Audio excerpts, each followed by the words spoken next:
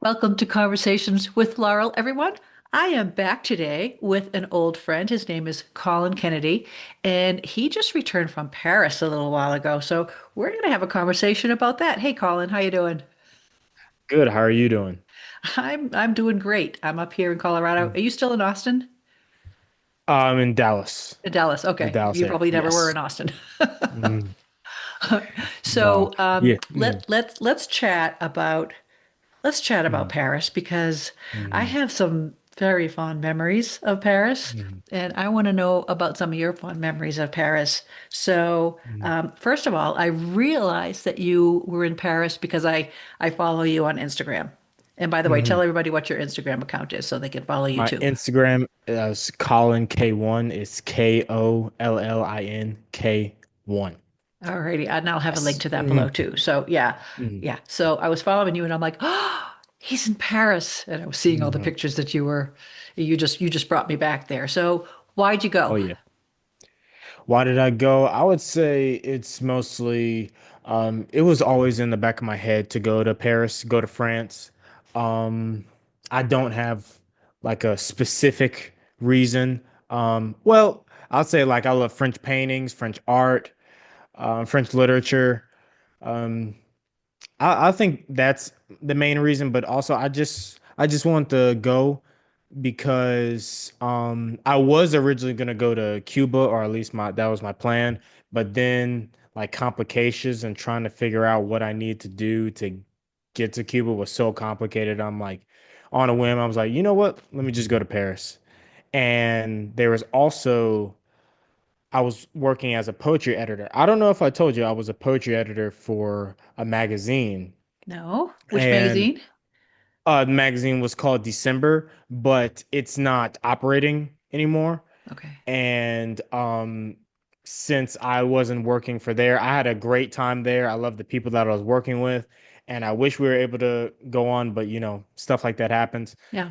And because I wasn't able to finish or continue being a poetry editor, and I got my last payments from being a poetry editor for December. I was like, let me just use this money to pay for the trip for Paris because it's just like I might as well since it is sort of like a side hustle, sort of side job for me. So Yeah, and yeah. obviously Mm. Paris was on your bucket list. And how do Mm. you edit poetry? How are you a poetry editor? Mm. I'm curious about this because I mean I Mm. know how to edit literature, Mm. standard, Right sentence on. structure Mm. and all that. What's Mm. the biggest challenge with editing poetry? So let me be more specific. Even though my title was a poetry editor, it wasn't necessarily well, I can't say I was like looking in the specific sentences and looking, okay, if this rhymes, is this rhyme is like the soul of it is correct, or I mean, if like the punctuation is correct and everything, is there soul, is there vibrancy? But it was more in the sense I was trying to see if it was fit or was there any value in the poem that we could put into the magazine, if that makes sense. Yeah, yeah. So the poet, say for example, they'll have probably 3 to 5 poems in a submission, and they would send that to December. And one of the publishers or one of the main editors would send it to me or in my team, and I would have the people that are with me. I would send it to them and have them read it and give their opinion on the poems first before I give my opinion. And our opinions are basically, do we think it would be a good for the magazine? Do we think the poem is just good in general? It wasn't like an in-depth sort of proofreading, Okay. um, trying to be Okay. very particular of editing and give a new poem to create, but it was more just like, okay, trying to make a yes or no sort of decisions Yeah. on Did the the poem magazine for the have magazine. have themes or There would be things, but I think it would be more open there Okay. are magazines that do have like very I wouldn't say strict, but there is a theme for them. For us, it was more of trying to see what was very creative. And I try to keep it as that because there's a whole lot of creativity. And in my opinion, I think if we could keep the theme open or just having people just submit whatever they have, I think we could just um, bring to people just a lot of beauty that may be hampered if there is too rigid of a theme. Yeah, yeah. No, I Mhm. agree with you. And I met you up at the Rocky Mountain Fiction Writers Mhm. Conference. I think was it 2 years ago or 1 year ago? It was at least a Oh year yeah, ago. that was in September. That was last Yeah, yeah, September. yeah, yeah. Hmm. And you told me about your book of poetry that you had, and we did an interview with that. And again, I'll have a link to that below. So, Yep. Hmm. you're still working on poetry. How long were you in Paris? It seemed like you were there for quite a while. I was there for about 2 weeks. Okay, two all weeks right. and I was in Paris and I spent a lot of time in Paris, but I also a lot of people ask me, did I just stay in Paris? And like if I like, was going to London or if I was going to Spain or like places like that. But I just stayed in Paris. I had an Airbnb in Paris and it was in a really nice neighborhood. I met someone who was French on the plane going to Paris, and I told her like the street I was on, and she was like, "Oh, that's a really nice area." And I'm like, "Oh, okay, that's awesome. I'm glad she knew." And I stayed in that apartment for most of my trip, and then for the last day, I just stayed at an apartment in a little village commune that was really close to the airport, so I wouldn't be rushing and um being nervous about trying to get to my plane. This was I like literally from my airport from the Airbnb. I just took a Uber that was like a 10-minute drive. Even though I Nice. could have saved money with the bus, I'd Yeah, much rather be I could have run. really, really early than trying to rush, even Yeah, if it's like a 30-minute bus ride. yeah, yeah. So I could just have that time to make sure, like, if I need to go through like like Extra customs or security anything and that I just customs. wasn't Yeah, exactly yeah. if there would be too much of a line, just being aware of that sort of stuff. And plus, Did I oh, was able to budget, and I'll be curious to know how um your experience with like budgeting in France was because I was able to budget really, really nicely in France with just eating at restaurants that were absolutely amazing. And it weren't like high end, but it was still really good food. yeah, And just getting like baguettes for lunch and just eating like breakfast, just yogurt that I got from the grocery store. All of that was awesome. yeah. And yeah, so Are you fluent in French? no, not fluent in French. I only knew like, or I only know a few phrases. Like I can introduce myself and just say "je ne sais pas," like I don't know, because there were some people who thought I was French and asked me for some directions in French. And someone asked me where the cathedral was, the Notre Dame Cathedral, and it was like Just I pointed. don't.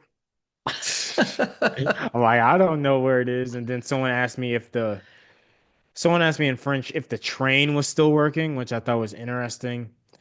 Ah, And there were some other people who were asking me for directions. And when I was in Versailles, there was a girl who asked me directions. Where's I can't remember it wasn't like the big palace, but it was, Notre Dame or no, no, no. It another was in other. Versailles and it was like Okay. one of the small palaces. I can't Grand Vernon? Okay. All right. No, no, no. I I don't know just if that's I something. just remember having Hmm. a neck ache in Versailles because Hmm. everything is Yep, just everything you have to look up and oh oh yeah. oh the Hmm. opulence it was overwhelming really. Oh yeah. That's how it was like at the Louvre too. It was Yes. very, very overwhelming. Oh yeah. I mean, And how long did you spend in the Louvre? I Because spent 3 hours because and and the reason why I did that was because like the French lady that I met next to me on the plane, she recommended that I stay 3 hours and go on another um or go on another adventure to the Louvre because it was just so much, and and of course I wasn't gonna be able to see everything in one Yeah. day, but just Yeah. plan it out. Yeah. And I'm really glad that I did that. And also, I have another experience that I did after the Louvre that I like to tell you about. But Yeah. with the Louvre, it was just so overwhelming, and I was able to see all my favorite paintings that I want to see. Delacroix, I think that's how you pronounce his name. Yes. And so, Uh, well, is it- tell me about that because you Mhm. wrote, I think, a very long poem about Oh the yes, homage de oh Delacroix. yeah, and So tell this me was. why this Mhm. painting? Because again, and I'll have a link to you listeners out Mhm. there below to a picture of the painting so you can know what we're talking about. But Yes. yeah, tell me Mhm. what fascinated you about that painting. So specifically with the Liberty, or it's like Liberty leading the people in the Louvre, Mhm. it was just very colorful, vibrant. It was amazing just seeing Delacroix's use of color within his paintings, and I saw a lot of Rubens within, like the painter Rubens within his work, and I wouldn't say amazed, but I was just um, I loved how whenever I read criticism of Delacroix in Baudelaire's book, that he mentions Rubens was a really big influence on him, and it was just absolutely amazing. It was really breathtaking, and I described it like looking at his paintings. Um, I think it's the Florence syndrome. I think that's what it's called. It was coined by another French writer. I can't pronounce his name. It starts with an That's okay. S, and That's okay. he wrote the book, The Red and the Black, I think. And it was something where he went to Florence and he was seeing all these great paintings, and he had like a feeling of being so flustered that it was close to having like chest pains or a heart attack just from seeing these paintings. And I Wow. was just more of like sweating. Of course, there's a lot of people, but it was just like I was feeling like a rush like within my heart, and just like so much all within my brain. It was absolutely amazing. And Because it was seeing, no, emotional because of the I'll say emotions that emotional, and just I really can't just bring the precise words to describe the paintings, yeah, but and just my feeling, it was just a sense of awe, shock. I felt like whenever I saw the Liberty leading the people, I really felt like I was watching a movie, and I was wow, seeing the I think it was based off the, not the 1848, but I think the 1830 July Revolution of France, and I was just seeing that before my eyes, and it was just Lady Liberty talking, like the guns going off, and the men like they're like in agony and pain, yeah, and you just see all that in the work. And I also visited his house as well, and okay. that was amazing as well. That was really really cool. So, And oh, yeah, so with tell me, Delacroix's yeah, paintings, oh yeah, with his other paintings, um, I can't pronounce the names of them, but I know it's the one is the woman of Algiers, and the death of his name starts with S, but of a king, and it was just like there's a lot of movement, and in yeah, the poem homage to Delacroix, it was I described how there was a lot of mannerism and a lot of movement within his painting, a lot of theatrical sort of attributes that I feel, or I felt, that the characters were just moving, and you could see it in your head even though it's not on the yeah, painting. yeah, And I just found that great. I really yeah, love that. And it yeah. was just something that my favorite painter was probably like Velasquez, and he still is, but I'll say Delacroix after this trip was like now up there is as my favorite painter of all time. So I was going to ask you if you had any surprises, maybe based Mm-hmm. on expectations that you might have had, before you went, and things that might have surprised you. Yes. It sounds like that might have surprised Mm, you. mm. I would, yes, that the Louvre definitely surprised me. The people surprised me as well because I did get a lot of people who said that they were rude or snobbish. Even people who were from France were telling me they're all this, but I'm like, they treated me really nice. Honestly, like I had no complaints. And I think the reason why people thought they would be rude, and I was under the assumption of this as well, is that the way we so of course like I live in Texas, I'm from Louisiana. We are known around this part like the Bible Belt of like Southern hospitality. Yeah. And it's just very exaggerated sort of positivity towards other people. And I think that's really awesome. I love that. But I think it was nice to get a different perspective on how people treat others. And it wasn't necessarily they're trying to go out of their way to disrespect someone. It was just more of a very low key, chill sort of atmosphere that I felt while I was in Paris. Okay. And whenever I talk to people, like I talked to the lady that was next to me and who was from France, I think whenever she got the vibe that I was not trying to force conversation or be like too much, that really opened up, the walls of like, okay, we could talk and have like a little bit of conversation, get to know each other.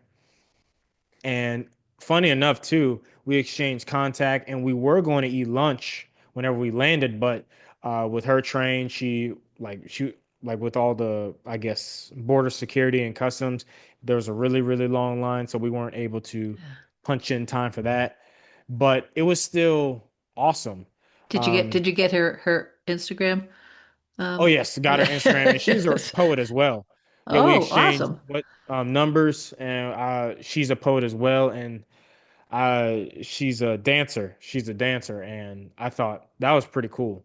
I was And she gonna was say doing some things. I was gonna say you could be pen pals, but people don't Mm, even know what pen pals are anymore. So it's like, will you follow me? Which is great. mm, You went by mm. yourself. Yeah. Did you go alone? Yes, I went Okay. by myself.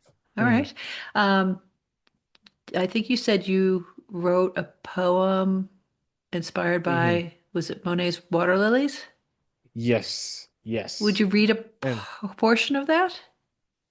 sure thing. Let me see if I And could. then while you find it, I'm gonna tell everybody out there, my experience in France. Holy mackerel! I was a junior in high school, and I met my Mm, first true love on the plane going over there. He was a senior, and I was a junior, and we were on a 3 week exchange, and I met him on the plane, and mm, yeah, we for 3 weeks we kind of hung out. He bought me many mm. croissants. And then I'll tell you after you read your poem, I can tell you about my Rodin experience. Oh yes. Mm. So this one is the first part of my water lilies, and of course, seeing it in person at the Musée Angeret. I think that's how you pronounce it. I don't know how to pronounce it. It was just amazing, and reading the description, a critic said something that said, "Without pattern, without borders," and I tried to make this poem based off that sort of quote as well as the painting. So, the water lilies, inspired. Of one rose, coalesced between the first grass and flower, with somber mind film, and blissful, close, far-reaching arms of that verse maker refrains Oceanus glass to pose as Neptune in bird forms, and all power as the streams of the world's unconscious permit the eye of all divine presence, innocence, an elephant's ear, the smile of Helen, impressions, as the blue, azul wet marks humorate the bile with moss for health and sediment passions. Quick the daffodils, Ceres after the while, holds Venus to warmth and drinks to the fashions of the sons of earth, the pink things and the grassy. virtual, that gives great pleasings. Daphne looks down in a dream, and flocks there's Apollo's chase with loops, and more daffodils and more tulips. The grassy soups lies there with earth, and the purple here's a spectrum of impulses, and his soon chariot and the wagon convulses. And here the sky imitates the grand milk as the bear hunts Diane's eye. The lilies, aside from their stage, play the player with silk and cover to refrain from sea's mirror and sees a speech of lines and more lines as purple is found in the bronze lilies. As flames in three come and they shower gold and they see and wait for the morrow's mold. Thank you. Oh, you know your mythology. Thank you. Yes. And this one is also this sort of like uncompleted sort of version. And I definitely want to do some more editing or a little bit more editing with this one. But yes, that one was the water lilies. As I was sitting there in front of the painting, I just started writing. Mhm. That's yeah, that's incredible. This is Thank you. going in your in a new collection. You working on a new collection? Oh yes, working on a new collection. And after I finished that homage to Delacroix, um, I'm now like complete with this new collection, and I want to title it "The Reincarnation of a Lovebird," which really has no meaning other than it's like a song off a old jazz record that I really love, and yeah, I hope to have released soon. Um, hopefully by July, like self-publish it. Okay, all right. Mhm. I will look Yes. for it. So, Thank you. okay, you actually made it into the Mhm. Musée Rodin? Yes. Yeah. Yes. All right. Oh, yes. So he is my all-time favorite sculptor. Mhm. Um, first of all, let me ask you, why is he a favorite of yours? I would say favorite. I wouldn't say I What have about like a yeah. really I wouldn't say I have like a really good reason. I just always want to see the thinker. I always want to see. Oh, I didn't know the kiss would be in there, but I'm really glad that I was able to see that statue. Um yeah, I really don't have a reason. I would see his stuff online and I'm like I love this. I love these statues. And I think there may be some of his smaller works in the DMA, the Dallas Museum of Art, but I'm not exactly sure on that. And I wanted to learn more about him. And Okay. just going to this museum, it was just absolutely amazing. Stop it, Hmm. stop it, stop it. So Yes, it he's was. always been my favorite. And Mhm. for me, have you taken an art history course? It sounds like you have. I had yes. Okay, all right. So I went to Smith College before I went to West Point, and Mm-hmm. the first for a year and a half, I went for a year and a half, and then I went and joined the army. But I took an art history course, and when I started, learning about his work and just seeing it, it kind of like your experience with the paintings, where it just draws Mm-hmm. you in, and something very powerful and emotional happens. That's what happened to me with his sculptures because they're just maybe it's because they're not pretty. They're Hmm. they're Yep. raw and a lot of them are just still in the Mhm. stone, the marble or whatever he's carving out of. Right. And they're they're twisted and they're real and just powerful and they're not Mm. perfect. Something about that just got to me. So yeah, there I Oh am, yeah. my junior year, and I'm desperate to see his works in the flesh, right? Hmm. And we get to the museum like 5 minutes after it closed, and Mm. I was Yeah. absolutely heartbroken. And so Oh yeah. my first love at the time Hmm. ended up after we got home. He bought me this book, Mm. The Sculptures Wow. of Yeah. Auguste Rodin, with and Mm.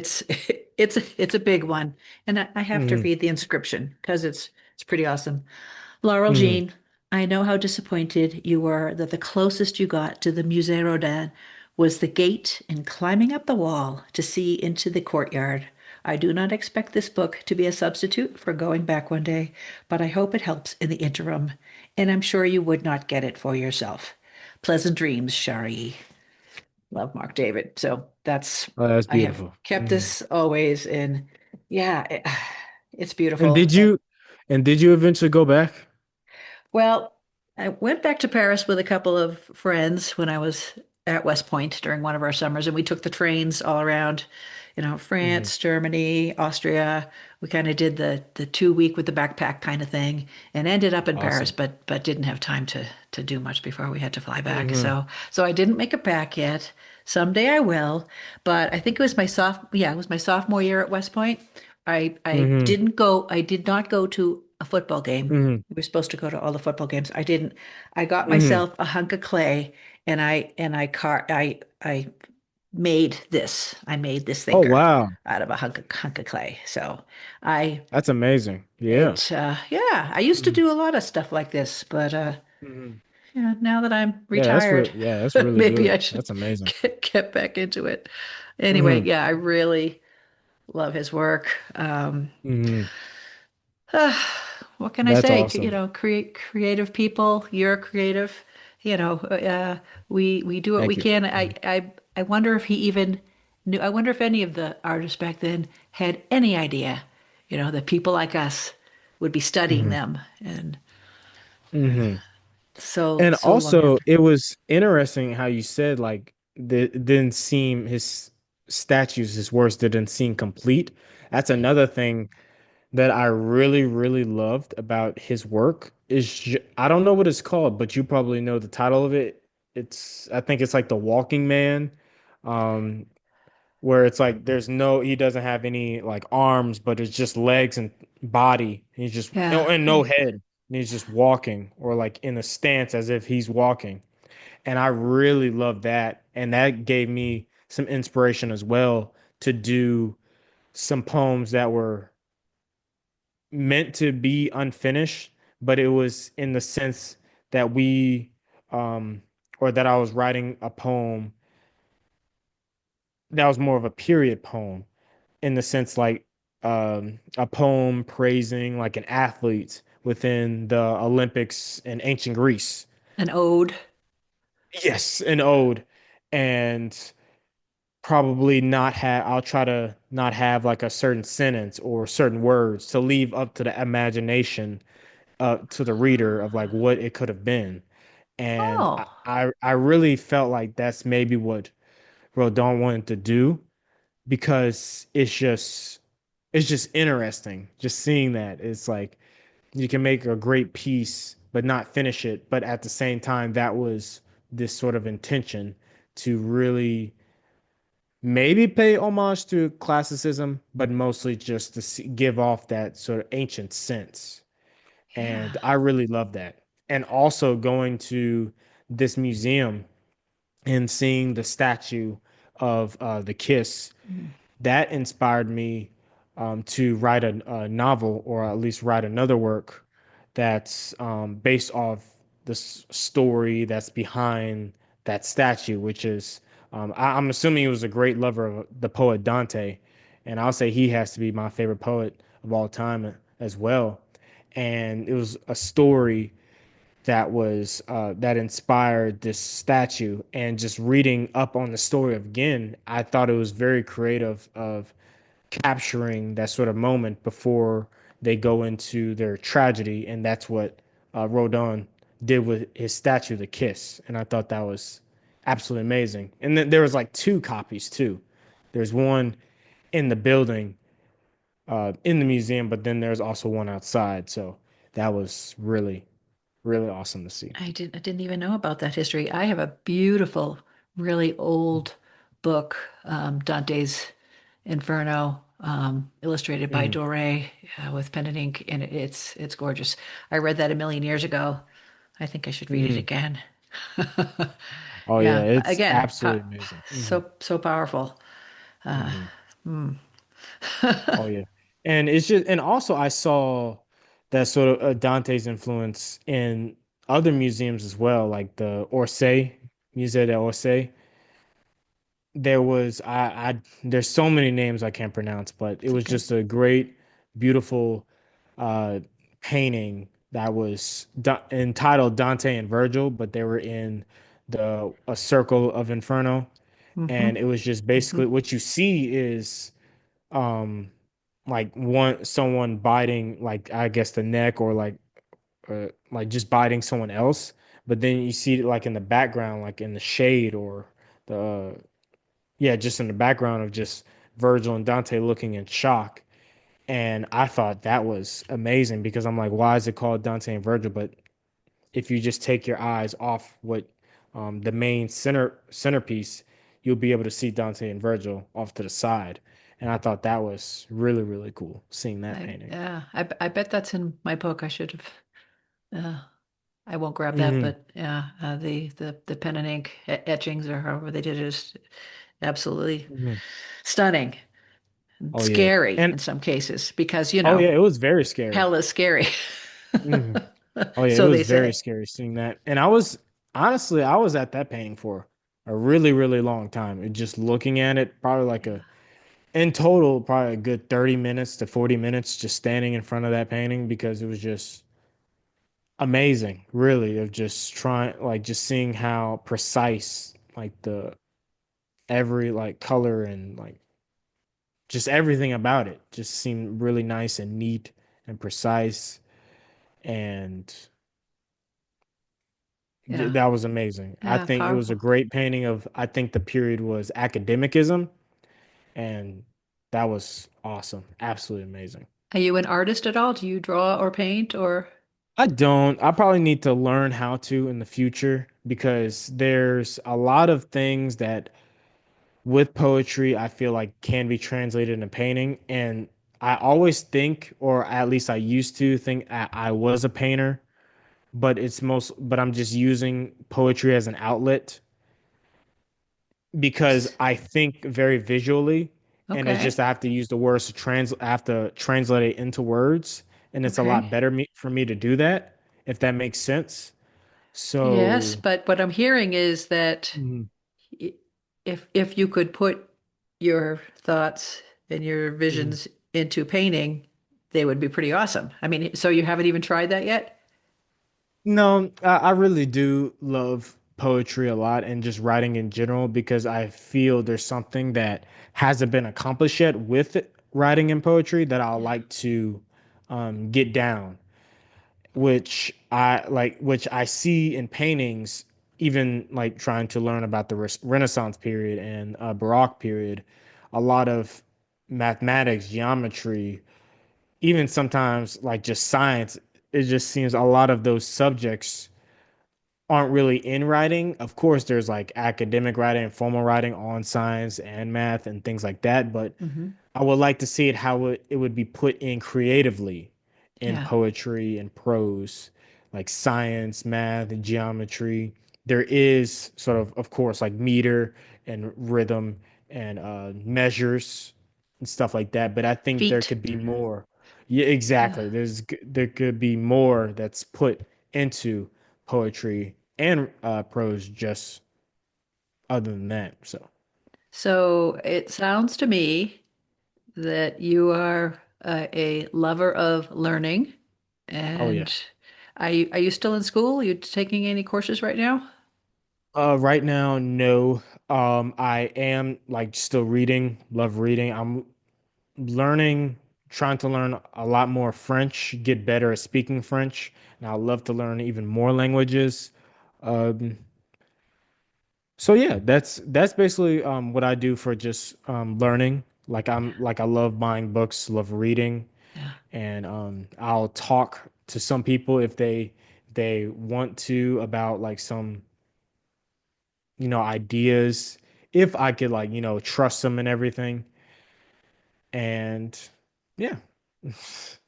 That's what I do. I wouldn't say like I'll just go like I go to lectures or anything, even though there was some lectures at art museums that I love to go to, but I wouldn't have time because I was doing some other things. Some lectures that I wanted to go to, there was stuff on like German art that seemed pretty interesting, Huh. and I wasn't able to go to that because I was flying in Paris. But yeah, There's only so much you can fit into a day, and there's so much oh yeah, online, right? I mean, you could do hmm master classes online.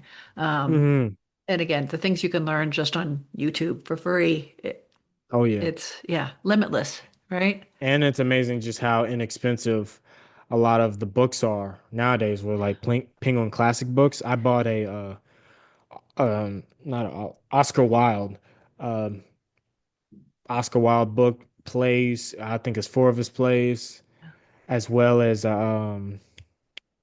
another book, but I can't remember the name of it. And I plan on buying more of Byron, Lord Byron, Okay. um, books. And it's just amazing just seeing how they're like, oh, this is $5, this is $4, one is 10, and it's just so inexpensive that I love it. It's like the amount of information that you could just learn at the This cost is just this amazing. huge, beautiful, gorgeous book, Hmm and I guess he bought this for me in 19 um 76. I'm hmm dating myself here. Was $35. Wow, I don't know what it would cost right now, but probably a lot more than $35. Oh my that's gosh. amazing though. Yeah. So, Mhm. what else? What else did you learn about in France other than you're probably going to go back? And Oh I'm yeah. definitely going to go back. Yeah. And also another thing that surprised me, was the like the museum that I fell in love with. Like I thought I would be the Louvre would be my most favorite museum in like it is in many ways, but I would say like the Orsay Museum, Musée d'Orsay has to be my favorite museum of like Why? Paris. Why? I mean, Mostly first, because first of of like all, I was going to say, first of all, the Louvre, you'd need probably a week of 8 hour days to get through it all to really, I mean, you could oh run yeah, through it, it I was it suppose, was but and also the line. yeah, I had tickets that I bought beforehand and I had to make reservations. And even doing that, it was still like a 2 hour wait. yeah, And it was just absolutely wow. It was a lot. yeah, So with that, maybe that probably took a little bit away of like the enjoyment of it. And I still had a great time over there. yeah. But the Orsay Museum is just the amount of things that I've learned. This goes back to that question, like what did I really learn? It's just the amount of uh, different art movements that were in the 1800s, and I was more aware of the Impressionism, the Romanticism, but I didn't really know about the academicism as much, and I didn't know about the symbolism sort of movements. And there was also some other movements that were like in some obscure part of the Orsay Museum, and it was just amazing learning about all this creativity that I really don't see too much nowadays. And it was just it was just great. It's like the amount there was a lot of depth, but a lot of width. Just so much. Okay, there's Orientalism. I didn't even know there was even more French paintings that were inspired by The Orient, yeah, uh, yeah, the yeah, Orient and Arabic traditions. I just thought that was amazing. And there was like classicism and I said symbolism and it was just a lot and learning and it just gave me so much inspiration and just knowing that okay, if this time period had all this width to the amount of movements there were um just not just impressionism or romanticism. I think that sort of mindset or their we could take inspiration from that to help creativity nowadays. It so doesn't you have to talk just eh, be.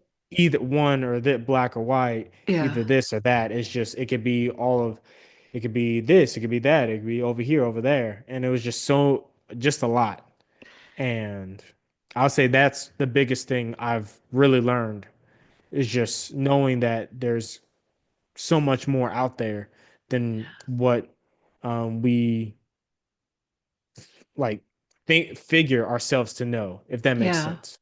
Hmm. So talk you mentioned inspiration and artistic change and all that now, Hmm. right?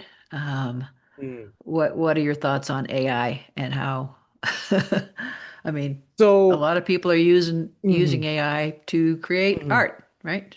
hmm And to write so books. with And yes, with AI, for me personally, I don't have too much of a problem, only to the extent that it's like it works as an assistant. I'm not really too much of a fan. It's not really AI that I'm not really frustrated, but that I could feel some concern about is if the writer like over abuses like using AI to create the full book. If someone is like making or using it to make a correction, the only time I would may have some concern about that is that if they trust everything that AI says. yeah, Because yeah, even so, like the only time I use artificial intelligence, like for example, like Chat GPT, is yeah. whenever I'm planning for something. So, for example, I used it a few months ago I put how do I sell 1,000 books, and it just you gives me all this information. I'm like, okay, you could do this, that, that, and from that information, I choose what I want to do from that. So Yeah. like, okay, I think this Yeah. would be good. I think I could do this. I could do that. I don't agree with that. I don't agree with that. I'll leave that. Maybe do that sometime soon. So it would just be something like that. Yeah. Or now, recently, probably about a couple weeks ago, I used it to help me plan um, an outline that I'm going to use to give a presentation on poetry. It Okay. was at that conference we met at where someone approached me about speaking about poetry at that Utah conference.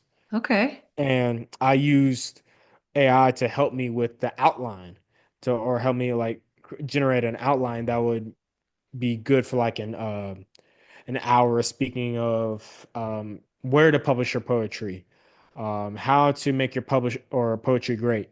Okay. And I used it to help, but I didn't use it to help me, or I used it to help, but I didn't use it as the final product.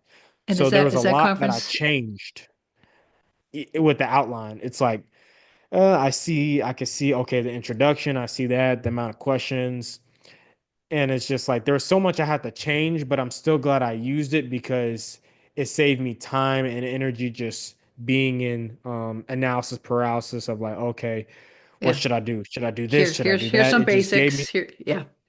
exactly. And Yeah. then I Yeah. just changed probably like a good 60, 70% of it.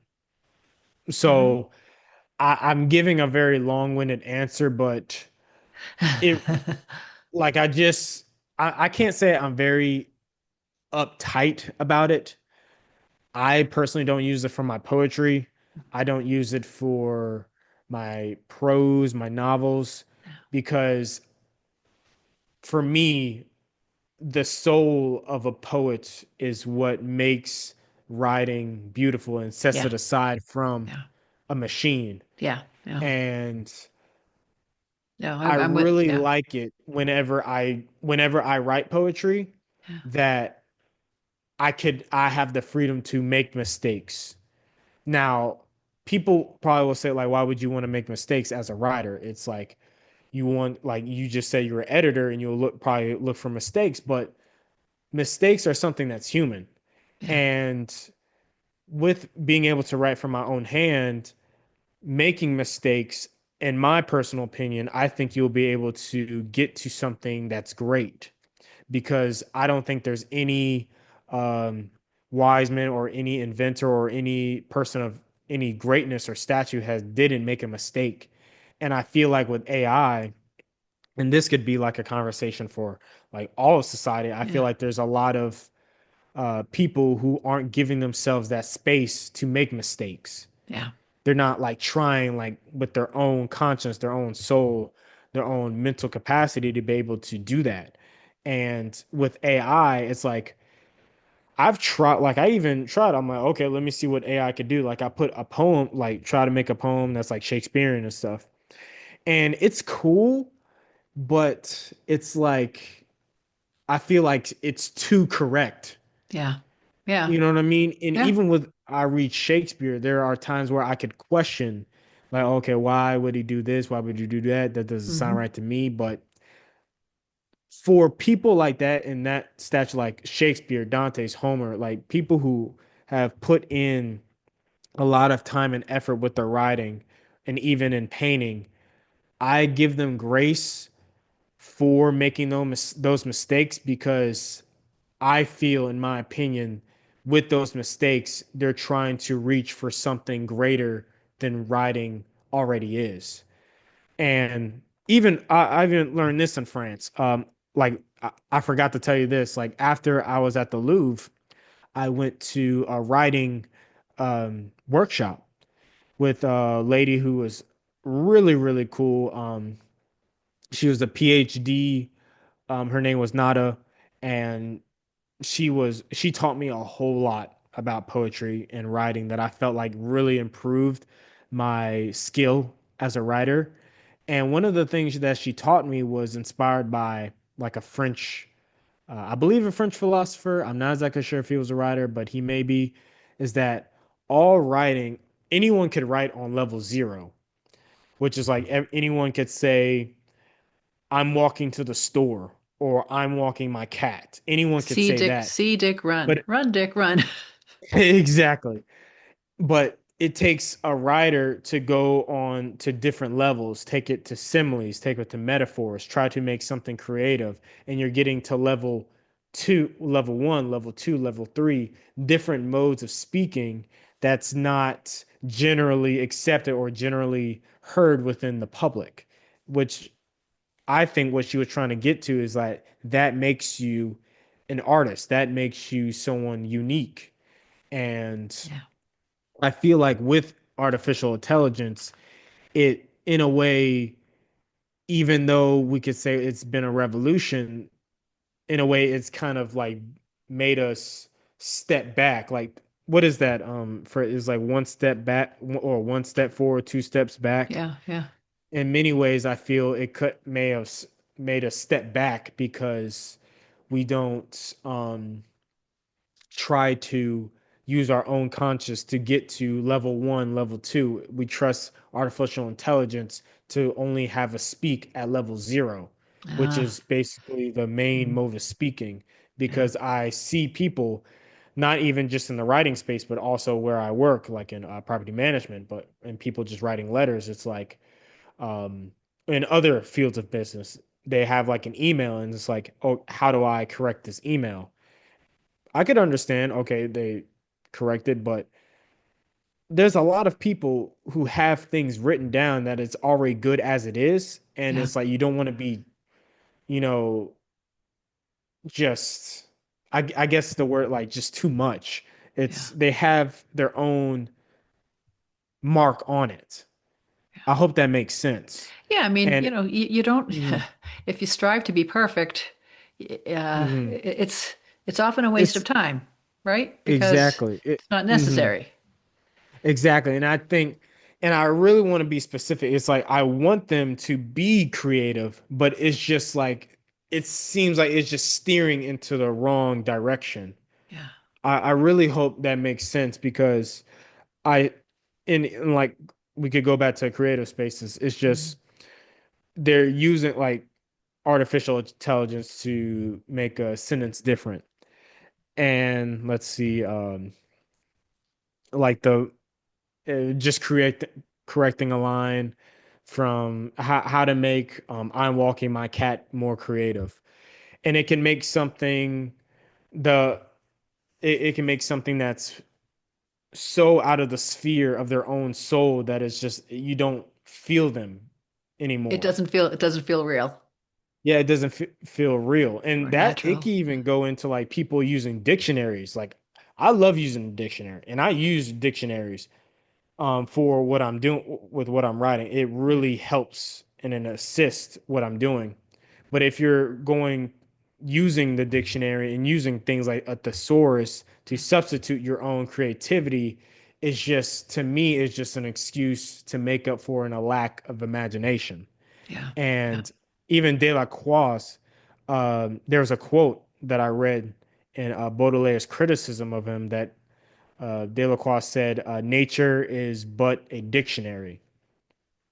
I think that's what the quote how the quote went, and what I believe he meant by that is like you go into nature to help you use your own like to help feed your own imaginative imagination, but you don't go into nature and trying to pick her apart as like your own sort of like final piece, your final destination. Ah, Does that make back, sense? back to Delacroix. Hmm. Back to Delacroix.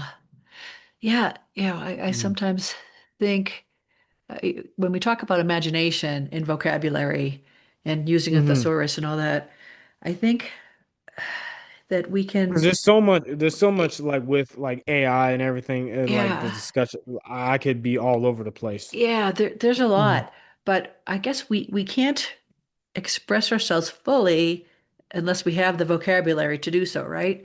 So Hmm.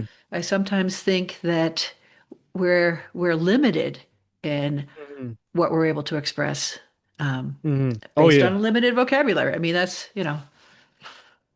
Oh yeah. And I would say that's what the beauty of poetry is. It's just trying to find things that aren't really connected and connect them. And I think that's what Aristotle said in his Poetics. Just just like whenever he brings up the example, the rosy fingered dawn in Homer's, I believe, Odyssey. It's just you'll think rosy and fingers, like I could see like blood in the tips of a finger, but what is that supposed to mean? But then it's like, okay, the dawn, yeah, okay, the yeah. sun, see, it's like the Metaphors. Yeah. rays, Hmm. and like it moves, uses it looks like fingers, Yeah. so Yeah. you get the rosy finger dawn. It's like you're connecting two things that may not have a connection with them at first, but then the goal of poet is to put them together. Yeah. And that's what I really love just about poetry. It's like because there is a sort of lack in like I don't have the best vocabulary and I feel like I could use that to an advantage. And I think a lot of people could use that to their advantage in just trying to find similes, find metaphors to describe Yeah. what they're really trying to figure out. Yeah. And also, it could go into just coining new words. Like I personally love that. Yeah. Yep. I You've done that wouldn't in your poetry, the poetry I book that, wouldn't like yeah. now I'll try not to do that way too much because if I'm trying to present something a little bit too obscure to the reader, then it's just I think I'm just defeating my purpose. I'm not Yeah. really, you know, Communicating. educating Yeah. Yeah. or like pleasing the audience. So Yeah. I love doing it, but at the same time I know I just can't do that constantly. And to your point with just the lack of vocabulary. I think even though yes, like of course, like I used a dictionary while I was writing Eugene Delacroix, and I even used the dictionary. And I don't know what the website's called, but it's like something that helps with rhymes. Hmm.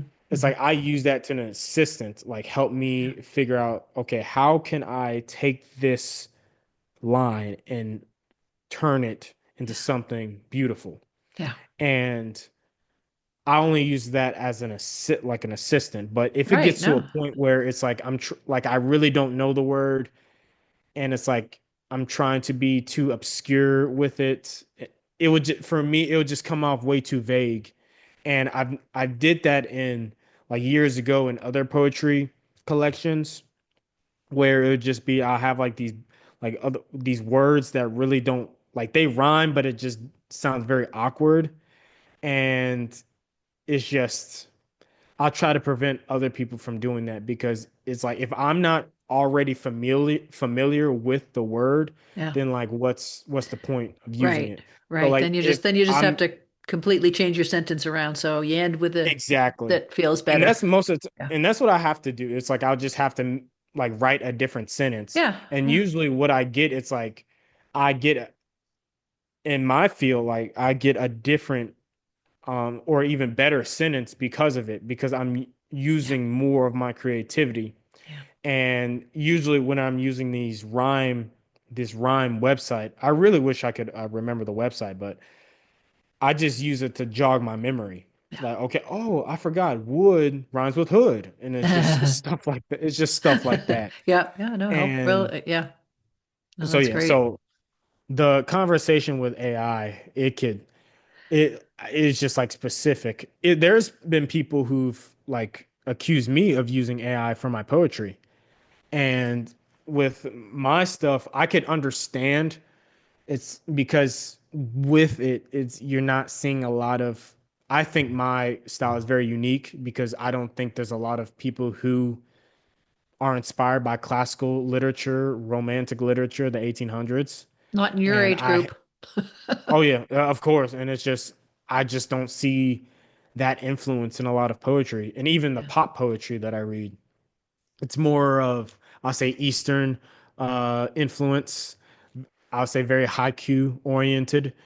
And if they see something that's a little bit different, they'll try to rationalize the reason, okay, why they see something different to help them comprehend why someone else is different than the main sphere of poetry, if that Yeah. makes sense. Yeah, yeah, yeah. So Hmm. I'm thinking about artwork, right? I'm thinking about paintings and art Hmm. and the stuff that AI generates right now. And I'm throwing, this into the far future, Hmm. another two, three, four, 500 years, 1,000 years, if we're still on the planet.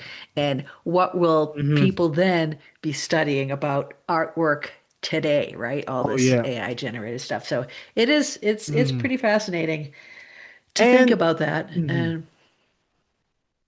Oh yeah. So did you have finish your sentence yeah, on yeah, that yeah. one? I was just, Mm. just the fact that everything evolves, right? And you can't put the genie back in the bottle. I mean, we Hmm. are where we are, and with AI, Hmm. and it's only going to continue until, a global electromagnetic pulse, Hmm. shuts Right. everything down, and then we got to Hmm. go back to, using our own Yeah. words and our own brains. Yep. But that's a whole different I thing. mhm. Yeah. And with me too, because I read a lot, like I really read a lot of poetry with the books that I buy, the stuff that I see in Barnes and Noble, like, and I just gloss through it. And with like experience in doing poetry editing and also short story editing, I think you could really tell the difference between if you have like a keen eye of something that may be AI generated compared to someone like they actually wrote down. It's just like whenever someone is like I would have examples. It's like whenever someone's like playing basketball, like there's one thing of someone actually like playing for like the NBA compared to like a fan, like just Yeah. a fan who like grad or like casually watches sports, and they could criticize it all they want to, and they could ask, oh, why does he do this, why don't you do that? But there's like a certain specific gray knowledge and like they say basketball IQ, that the player has, that's so far more in depth than the casual fan, that it's just like they're able to see a lot like deeper plane, like they're able to see plays one, two, three, four, like five plays in advance, that is Yeah. just like, I mean, of course, as a casual fan, I could say my own thing, but it's just like if I get way too intense of my opinion and act like I know everything about it, then it's just like, no, like the player knows what he's doing, The artist and knows what they're they're doing, the writer knows what they're doing, the poet knows exactly. what they're trying to express. Yeah. And whenever you see someone else, like say for example, an NBA player or like even a writer or a great caliber or like an artist like goes to see someone else who does it casually, like you'll be able to see who's put in the work and who hasn't. Yep. Like just with basketball, you could see who has taken the time to play or like shoot their shots, like work on dribbles and just Put play their on in game the compared to 10,000 someone hours who or however many hours they exactly. say to become an expert. Yeah. Well, Exactly. It's just it's not really that hard to tell when someone is who has that mastery in them. yeah. And I do think there are people who could be a little naive to that, or they're really content with their own knowledge that isn't too great to start with, if that makes sense. And that's how I see AI. Yeah. For me, I think I could see some work and notice some little what do you call it? I can't pronounce Imperfections the word. or No, uh, not incorrection, but you could just notice small things within poetry that's just like, I don't think this was written by your hand. And okay, even all whenever right. I was in the Barnes and Noble a few years ago, like I was reading this translation of a very ancient poet, and I'm like, there's something off about this translation. And I did research on it, and I'm like, okay, yeah, this person, he didn't really translate it from its, original language. He translated it based off a translation Yeah. off that language. So I'm like, Right, well, I right. could I could see that. It's Yeah. just something about that. It's like a sixth sense that I you have to develop Yeah. and trying to detect stuff like that. Yeah, yeah. Hmm. That's amazing. So, Colin Kennedy, you have a very rich life. You've done some amazing things I try. already in your young life, and you're working on another poetry collection. You mentioned a novel. Are you working on a novel too? So with the new novel, I'm working right now on another like poetry epic. Okay. I have the poetry collection, but now after France, I had a novel that was more going to be like a comedy, but after France, I feel like there's so many more ideas out there that I don't have to write like a satirical piece on society or like something comedic. I feel like I could write something a little bit more romantic and it has a little bit more soul to it. Try to uplift people and not like try to destroy everything. And yeah, That's um, wonderful. I I have the love it. idea. So the idea that I had in mind, um, that was based off the statue, is just in the vault, as I like to say. And I haven't done any writing on it. But the novel that I was working on before France, I just stopped doing that so I could just work on the Delacroix poem Good. Yeah. and the this new poetry epic, which is basically the Oedipus tragedy. I did like a poetry collection on that years ago, but poetry collection is like so obscure that I feel like I'm glad I've gotten the time to work on my craft and really study poetry and make my mistakes, write things down, and renew myself as a poet to get to this point and write something different. Even though I'll be Okay. doing the Oedipus tragedy, I'll be able to do it with better skill, in my Yep. opinion, at least. Yep. No, that's Mhm. fabulous. What would you like to leave our listeners with, as far as, people who are doing art, creating poetry, Mm. literature? What's your last bit of advice before I let you Use go and AI work as on your most as poetry? possible. Say again? No, I was just joking. I Oh, said use AI as most as possible, but no. not.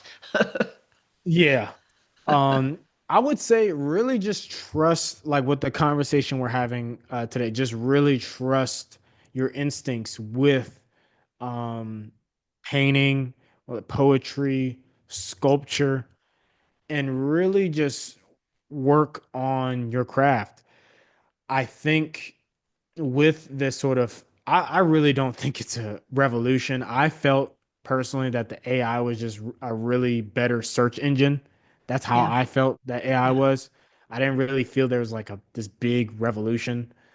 Um, but I think a lot of writers can be worried about that because it's just like, oh, like there's writers who are going to be like abusing it. There's going to be like they're creating novels, they're creating artworks. We won't be able to tell the difference. It's just everything's going to be AI. But I wouldn't worry about that. I would honestly just say, like, just continue doing what you're doing and believing what you're doing. It sounds very cliche, but it's just that's what works. Yeah, That's what really works. And just believing in your own craft. yeah, And I had someone accuse me of using AI. It's just stuff like that. It's like, as long as you know that you're writing something that's of worthwhile and that's going to be something important and beautiful to someone else's eyes, and that will help people see a brighter imagination or a brighter beauty within the world, then that's all that matters because there'll be criticism from yeah, anyone. And yeah, you shouldn't let like stuff like AI and like, people who probably like honestly with like the sort of criticism, it's just people who probably haven't spent the time and effort to actually write something that was good themselves. It's, yeah. it's just you shouldn't really worry about Yeah. that. Don't So worry about and don't let it stop you. Don't let it make you say, well, why should exactly. I bother writing or a poem because, AI can do it. Exactly. No, you've got to do what your heart and your muses tell you you have to do. And you want to Mhm. create something that you can be proud of, right? And not feel like you've Exactly. cheated. Exactly. And really it and this goes back to the conversation. I think it will bite people in the behind Yeah. because if you're constantly using AI Yeah. to create books, to create paintings, Yeah. It'll be found out. It'll yeah, be it found would out. it yeah, I also think there it would be like if you're and it's kind of like someone being like a pop a musician and just using like sort of like the common oh I'm getting all the girls or I got all the money just to make a hit. It's Yeah. like people will be able to see that Yeah. Yeah. and then like they know like Yeah. people I Right. feel like people don't understand the intelligence of other people. You know what I mean? It's just like Right. you can't fool an audience so long. It's like Right. you Right. could give them this and give them that, but eventually they'll be able to see I'm like, Yes. there's something in this. Eventually they're gonna figure out your lip syncing. So don't. Exactly. And it's just like even with like auto tune and stuff, it's just like you of course Yeah. you're gonna have those diehard fans who could like if you tell them to jump in front of a moving train, they'll be able to do that. It's just like, but the majority of people who are on, like on the regular everyday people like me, it's just like Yeah. you'll be able to see like it's like they're not doing too much. So Right. Well, I Colin, think there's oh yeah I uh, no uh, so I was just gonna leave it off with there's I think there's hope with the future creativity yeah, because with stuff like artificial intelligence, the conversations we're having, I think there's a lot of writers who are like, you know what, I don't like how this could be abused. I don't like how this could be just used for like correcting yeah, like mistakes. I'm gonna yeah. do something my own way Yeah. and make it happen. So I think All right. that's gonna be happening in the future, very near future, Well, that's I good. Good believe. to hear. I'm Mhm. glad to hear that from you. Colin Kennedy, thank you again for visiting with Thank me you. and get to work on that your next creation. Right And on. listeners out there, I'll have links to Colin's work below. And yeah, look him up, follow him on Instagram because, who knows where he's going to be next. Do you have someplace in mind where you're going to travel next? Oh yes, I have. I have some different places. I would love to go to New York, even though I guess I don't know how people perceive New York. It may not be the exotic place, but I'd love to go to New York, go to the Met Opera, go to the Met Museum, maybe go to like a Knicks or a Mets game. Do it. Do it all. Uh, Put it on your, do they still call them bucket lists? I don't know. I yeah, don't know. yeah, yeah, bucket list, Whatever it is. Yeah. One thing at and a time. also Italy as well. Yeah. I Have goals, make plans. And again, thank you. And listeners out there, if you have a conversation you'd like to have with me about something, let me know. I'll have my email below. Colin, you take care and you we'll be in too. touch. All right. Thank Bye. you.